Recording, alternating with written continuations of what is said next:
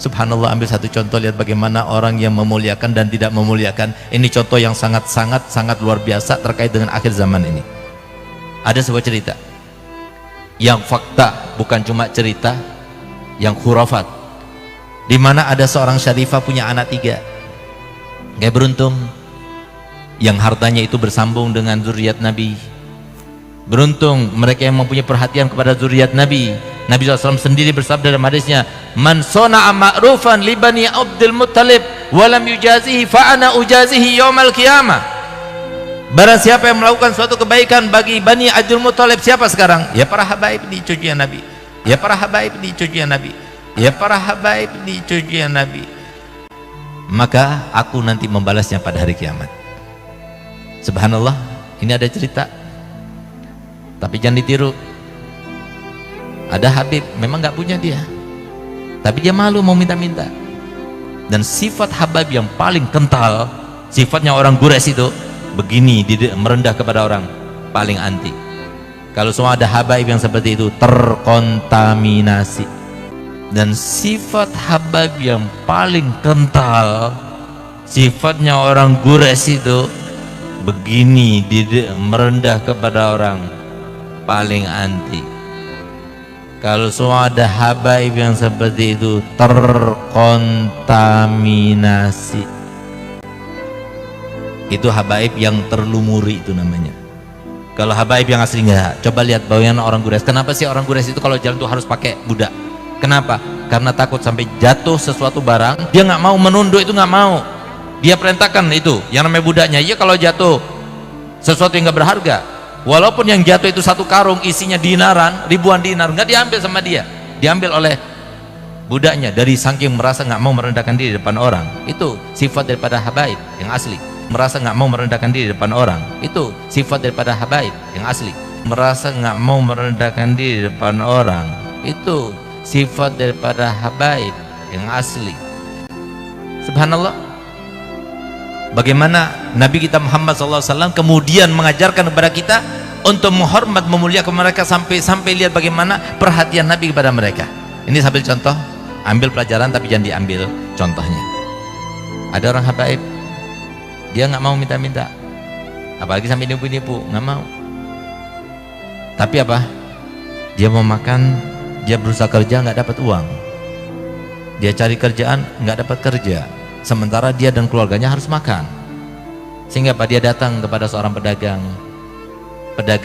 penjual barang-barang kelontongan seperti apa, beras, ya, sembako itu ya. Dia datang, Ji, saya mau beli berasnya Ji, tapi saya nggak punya uang, mau nggak Ji saya beli pakai kertas ini. Itulah saya katakan tadi, jangan ditiru tapi gitu. Apa isi kertasnya? Hutang kepada datukku Nabi Muhammad SAW. Hutang kepada datukku Nabi Muhammad SAW.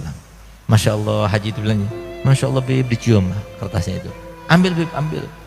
Taruh di paku. Biasa kan pedagang itu kan, notanya taruh di paku, nanti taruh lagi, nanti satu hari dihitung, tulis. Kesian deh mereka.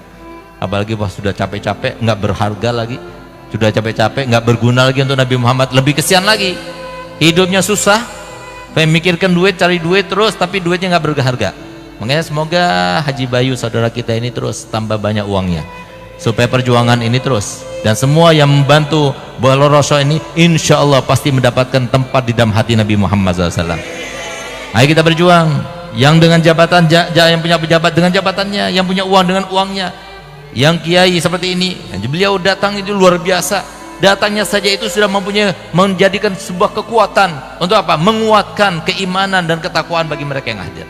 Subhanallah, numpuk 1, 2, 3, datanglah istrinya, kamu itu dibohong-bohongi. Ya salah perempuan. Dia itu begini, enggak. Sampai timbul juga keraguan. Namanya juga seseorang. Makanya kalau setan ya, setan yang nggak kelihatan itu kan luar biasa ampuhnya, ya, di dalam membisiki seseorang. Apalagi setan yang luar biasa yang kelihatan itu. Subhanallah, timbul keraguan dalam hatinya. Iya juga ya, jangan-jangan saya ini bohong ini. Subhanallah, malam harinya bermimpi Nabi Muhammad SAW. Pedagang itu bermimpi Nabi Muhammad. Coba lihat, diperhatikan Nabi Muhammad. Di dunia sudah dibalas oleh Nabi Muhammad SAW. Apa kata Nabi Muhammad? Ji, kamu itu mau aku bayar di dunia apa di akhirat nanti? Sampai kamu itu meragukan saya tidak akan membayar hutangmu. Bangun tidur dalam keadaan menangis, Masya Allah. Udah itu dia ambil sertifikat tokonya itu, dikasihkan sama Habib itu, isi tokonya, sak tokonya dikasihkan. Kali ada yang mau melakukan gitu, kirim ke Bangil sana, kirim ke saya gitu. Coba lihat bagaimana ada seorang syarifah punya anak 3, suaminya meninggal, dia nggak bisa bekerja, nggak ada warisan, sehingga kemudian karena terpaksa nggak ada yang bantu. Nah ini harusnya kita cari. Ada mereka zuriat Nabi yang dia itu mau minta malu, mau kerja, dia nggak dapat kerjaan. Nah yang semacam itu kok dibantu, itu langsung nyambung kepada Nabi Muhammad SAW.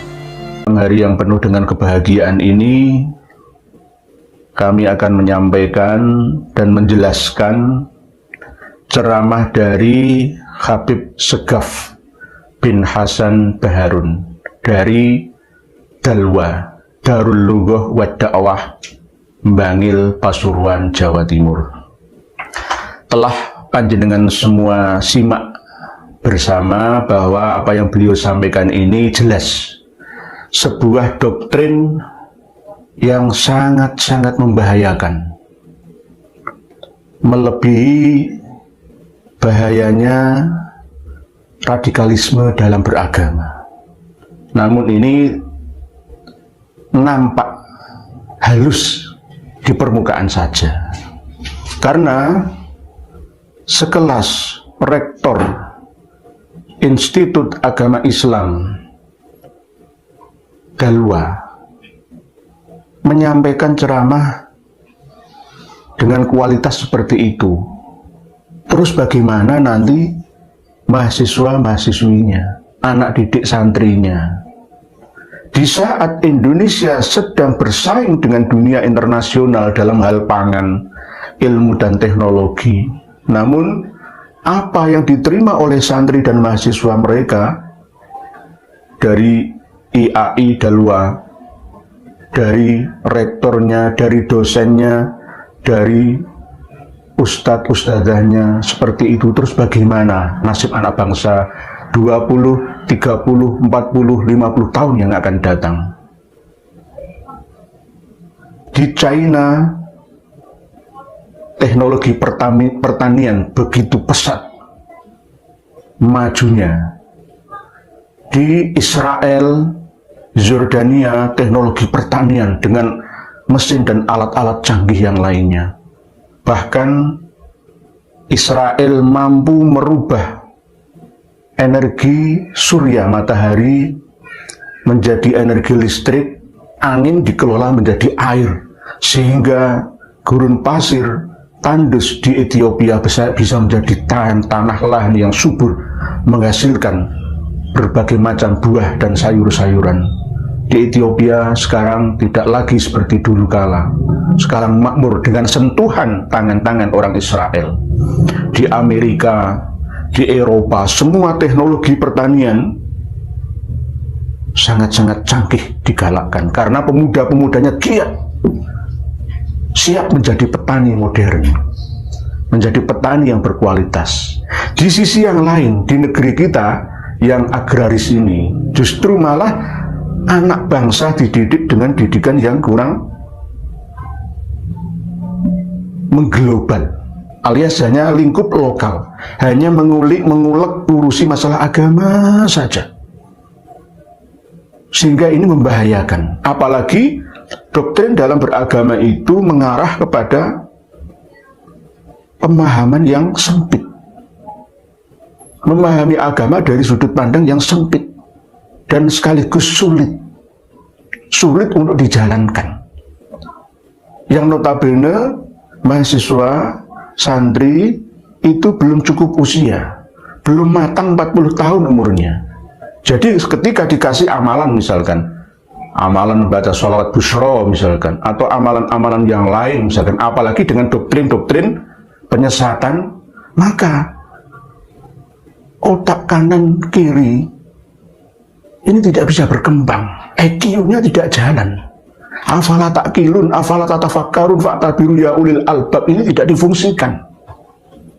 Oleh sebab itu saya menuntut kepada semua generasi muda, baik santri ataupun mahasiswa, mahasiswi, santriwati, murid, dimanapun panjenengan berada, adik-adikku, jadilah manusia yang anfa'uhum linnas, tidak hanya untuk lingkup agama saja, tapi juga untuk semuanya. Fit dunya hasanah, wa fil akhirah juga hasanah. Dalam hidup berbangsa dan bernegara tidak cukup hanya sekedar beragama saja. Karena jika kita tidak mampu bersaing dengan dunia luar, maka kita akan menjadi bangsa yang fakir. Kadal fakru ayyakuna kufran. Rasulullah pernah menyampaikan kefakiran akan mendekati kekafiran. Para pemirsa dan pendengar sekalian rahimakumullah, seperti yang jenengan dengar video ceramah yang disampaikan oleh Habib Segaf bin Hasan Baharun, Rektor Institut Agama Islam Darul Lughah wa Dakwah Raji Bangil Pasuruan, jelas bahwa ada doktrin-doktrin yang tidak layak untuk ditiru dan dijalankan. Apa? Termasuk masalah kesombongan, menyombongkan diri, tidak mau diluk. Katanya ini adalah karakter asli Habib dari Quraisy ya, seperti ini. Berarti jika kalau ada Habib atau Syarifah ya yang menundukkan dirinya di hadapan orang lain, adab asor ya, adab asor, berarti kehabibannya sudah terkontaminasi, sudah tidak bersih lagi. Ini kata beliau, ini sangat berbahaya. Para habib dengan doktrinnya, Syarifah dengan doktrinnya akan merasa sebagai kasta tertinggi yang mulia, lahir langsung menjadi raden yang harus disanjung dan dipuja, bahkan tidak mau menundukkan kepalanya. Padahal Allah yang berfirman di dalam kitab suci kita jelas menyampaikan, wala tusair khaddaka linnasi wala tamshi fil ardi maraha. Dengan buka surat Luqman ayat 18. Dari rangkaian pesan-pesannya Luqman kepada anaknya, ya bunaya, yang ayat 18 ini beliau Luqman berwasiat, wala tusair khaddaka linnasi wala tamshi fil ardi maraha. Dan janganlah kamu memalingkan wajah dari manusia melengos. Bahasa Jawanya melengos karena sombong. Apa itu? Dan janganlah berjalan di muka bumi dengan angkuh. Innallaha la yuhibbu kulla mukhtalin fakhur. Sungguh Allah tidak menyukai orang-orang yang sombong dan membanggakan diri. Membanggakan dirinya sebagai ras tertinggi paling mulia, wajib dipuja dan dipuji sebagai cucu Nabi, sebagai ahlul bait Nabi, padahal omong kosong. Hanya doktrin saja dari kalangan Ba'alawinya sendiri. Sekali lagi, jangan terkecoh dan terbodohi dengan doktrin ini. Wahai umat Islam Indonesia, jadilah kalian manusia yang merdeka dalam berpikir dan bertindak, di mana dan kapan saja. Bergurulah dengan selain Habib, bergurulah kepada kiai-kiai, ustadz-ustadz lokal itu, wong-wong desa itu, tidak harus dengan saya. Saya hanya memprakarsainya saja, saya hanya menunjukkan saja. Bahaya, itu sangat bahaya. Katanya yang dikaji di dalam pondok pesantren beliau Habib Segaf bin Hasan Baharun adalah Al-Quran, hadis, ijma' dan qiyas. Tapi Al-Quran tidak dijalankan. Firman Allah jelas, surat Luqman ayat 18. Bahkan banyak lagi ayat-ayat yang lain selain surat Luqman. Wala tusair khaddaka linnasi wala tamshi fil ardi maraha. Innallaha la yuhibbu kulla mukhtalin fakhur. Dan janganlah kamu memalingkan wajah dari manusia atau orang lain karena sombong. Dan jangan berjalan di muka bumi dengan angkuh, nggak mau ngilu, nggak gelem. Katanya tadi kan pantangan bagi Habib itu untuk ngilu ngisor. Kalau berjalan itu Habib Quraisy itu asli Quraisy itu harus membawa budak. Kalau ada yang jatuh, ambil, ya gitu. Angkuh, sombong, membanggakan diri berlebihan. Sama seperti kitab Bidayatul Hidayah menjelaskan yang dinamakan takabur dan sombong itu adalah nazrul abdi ila nafsihi bi'ainil izzi wal isti'zami, melihat dirinya sendiri dengan keyakinan bahwa saya ini adalah yang mulia, saya ini agung, ya. Dan wa ila ghairihi bi'ainil ihtiqari wa dhulli, melihat orang lain itu rendah hina, nggak ada apa-apanya, nggak usah direken, nggak ada ilmunya, kosong. Na'udzubillah, summa na'udzubillah. Saya nasihati panjenengan Habib, saya masih manggil Habib loh ya, karena jenengan juga termasuk dai, penganjur agama, ulama, warathatul anbiya. Saya tidak memandang panjenengan Habib Segaf bin Hasan Ba'arun sebagai dzurriyyah Nabi, tapi saya pandang panjenengan sebagai ulama, warathatul anbiya. Tolong kendalikan fatwa-fatwa panjenengan. Lihat akibat dari apa yang jenengan sampaikan ke depan bagi masyarakat dan umat, santri dan mahasiswa panjenengan. Tidak hanya panjenengan, mahasiswa panjenengan, tapi semua umat Islam yang mendengar tausiah panjenengan. Hati-hatilah kawan, hati-hati. Jangan mendoktrin diri sendiri dengan doktrin yang sangat membanggakan diri. Innallaha la yuhibbu kulla mukhtalin fakhur. Sungguh Allah tidak menyukai orang-orang yang sombong dan membanggakan diri. Tidak punyakah pendidikan akhlak di tempat panjenengan? Rasulullah tidak seperti itu. Al-Quran tidak mencontohkan kita untuk berbuat seperti itu. Rasulullah dalam sunnah atau hadisnya juga tidak seperti itu. Di kitab-kitab kuning yang lain, dalam ijma' dan qiyas ulama juga tidak ada yang seperti itu. Terus jenengan melakukan itu bagaimana? Apalagi diceritakan lagi berikutnya selalu mendoktrin pengikutnya untuk cinta ahlul bait. Aku ini Habib, akulah cucu Nabi. Cucu Nabi nggak ada cucu Nabi. Yang ada itu dzurriyyah Nabi, tidak di Indonesia, di luar negeri sana. Jangan di framing, oh nggak percaya sama Imam Mahdi lah nantinya. Imam Mahdi itu siapa? Nanti akan kami bahas pada sesi yang khusus selain pertemuan malam hari ini. Jadi jangan di framing, membolak-balikkan fakta, kebenaran yang saya sampaikan. Katanya tidak suka dengan cucu Nabi. Cucu Nabi itu sudah tidak ada. Tidak ada cucu Nabi itu sekarang, nggak ada. Jangan diulang-ulang lagi. Saya cucu Nabi, nggak ada, omong kosong, bohong, pendusta, nggak ada itu, nggak ada. Kalau dzurriyyah itu ada, tapi bukan panjenengan. Di Nakobah Mesir sana, di Turki, Aljazair, Maroko sana, di Yordania sana ada, di Suriah ada, di Irak ada, di Yaman sebagian ada. Oleh sebab itu, ketika masih dalam status quo seperti ini, jangan mengaku-ngaku sebagai cucu Nabi sebelum ada ingkrah keputusan. Banyak sekali nakobah-nakobah luar negeri yang tidak mengakui Ba'alawi. Dan bahkan saya punya data terbaru dari Turki yang membatalkan status kesayyid syarifannya Ba'alawi.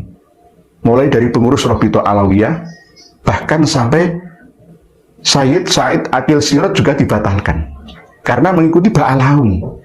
Kalau Al-Hasani mungkin lolos sampai ke Maroko. Tapi kalau melalui Ba'alawi jelas gagal. Saya punya datanya. Saya simpan di perpustakaan saya. Oleh sebab itu hati-hatilah kalau ceramah. Jangan sombong. Tundukkanlah kepala. Terimalah kebenaran dari siapa saja.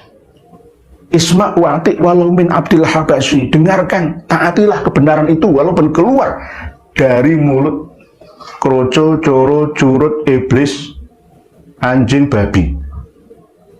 Seperti saya ini. Mohon maaf, Kang Mas Habib Segaf bin Hasan Ba'arun, Rektor IAI dalwa. Mohon maaf apabila ada yang kurang berkenan dalam nasihat saya. Dan sekian sesi pertama yang telah saya sampaikan, dan insya Allah akan kita lanjut pada sesi yang kedua. Wallahu a'lam bishawab. Akhirul kalam. Wassalamualaikum warahmatullahi wabarakatuh.